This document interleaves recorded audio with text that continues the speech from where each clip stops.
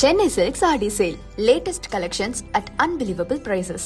Up to 50% offer or branded gifts. T Nagar, Velachery, Krompet and Thiruvallur.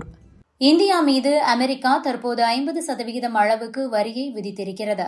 இந்த வரி மேலும் அதிகரிக்கும் என்று ட்ரம்ப் எச்சரித்துள்ளார். இந்த நிலையில் சீனாவுடன் வர்த்தகம் செய்ய இந்தியா தனது எல்லையை திறந்திருக்கிறது. இந்த வழியாக இந்தியாவின் தனிச்சிறப்பு மிக்க பொருட்களும் சீனாவின் பாரம்பரிய பொருட்களும் பரிமாறிக்கொள்ளப்படுகிறது.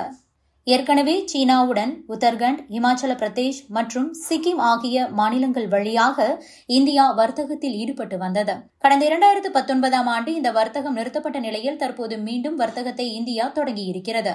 இந்தியாவிலிருந்து அமெரிக்காவிற்கு இறக்குமதி செய்யப்படும் பொருட்களுக்கு வரி அதிகரித்திருப்பதால் அவற்றின் விலையும் அமெரிக்காவில் உயர்ந்திருக்கிறது. எனவே இந்திய வர்த்தகம் அங்கு அடிவாங்கியுள்ளது.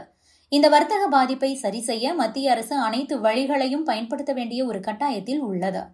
அதை செய்யவில்லை எனில் நாடு முழுவதும் வர்த்தக பாதிப்பு எதிரொலித்து இலங்கையில் நடந்ததைப் போல இங்கும் மக்கள் கிளர்ந்து எழுவார்கள். எனவே மத்திய அரசு வேறு வழியில்லாமல் சீனாவுடனான வர்த்தகத்தை முன்னெப்போதும் இல்லாத வகையில் அதிகரித்திருக்கிறது. குறிப்பாக மேலே சொன்னதைப் போல எல்லை வர்த்தகத்தை அதிகரித்திருக்கிறது. உத்தரகண்ட் மாநிலத்தில் லிபுலேக், இமாச்சல பிரதேசத்தில் ஷிப்ஹீலா கணவாய், சிக்கிமின் நாதுலா கணவாய் இவற்றின் வழியாக இதற்கு முன்னர் வர்த்தகம் நடைபெற்று வந்தது. ஆனால் 2019 ஆண்டு கால்வான் பள்ளத்தாக்கில் இந்தியா சீனா வீரர்கள் மோதிக்கொண்டதால் இந்த வர்த்தகம் நிறுத்தப்பட்டுவிட்டது.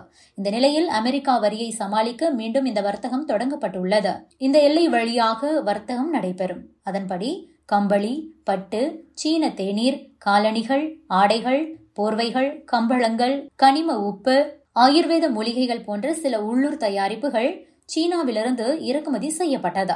அதேபோல இந்தியாவிலிருந்து விவசாய உபகரணங்கள், போர்வைகள், காஃபி, தேநீர், அரிசி, மாவு, காய்கறிகள், மசாலா பொருட்கள், சிகரெட்டுகள், எழுது பொருட்கள், வீட்டு உபயோகப் பொருட்கள், கைவினைப் பொருட்கள் போன்றவை ஏற்றுமதி செய்யப்பட்டன. இந்த வர்த்தகம் எல்லையோர மாநிலங்களின் வளர்ச்சிக்கு பெரிய அளவில் உதவியாக இருந்தது. அமெரிக்க வரியை எதிர்கொள்ள இந்த வர்த்தக பாதையை இந்தியா மீண்டும் திறந்திருப்பது வரவேற்புக்குரியது என பலரும் பாராட்டுகளை தெரிவித்து வருகின்றனர். அதேபோல பிரிக்ஸ் நாடுகளுடனான வர்த்தகத்தையும் தீவிரப்படுத்த இந்தியா முயன்று வருகிறது. குறிப்பாக வர்த்தகத்தை கடந்து இன்னும் பிற பொருளாதார நடவடிக்கைகளுக்கு மத்திய அரசு ஒத்துழைப்பு கொடுத்து வருகிறது. பிரிக்ஸ் நாடுகள் அமெரிக்க டாலருக்கு எதிராக உள்ளூர் கரன்சியில் வர்த்தகத்தை தொடங்கியுள்ளன.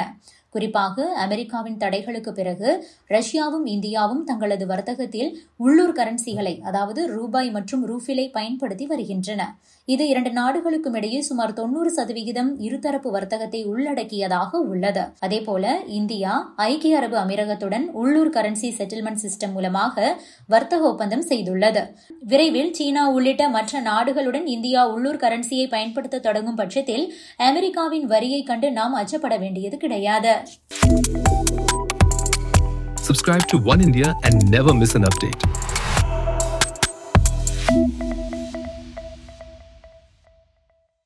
Chennai Silks RD Sale. Latest collections at unbelievable prices.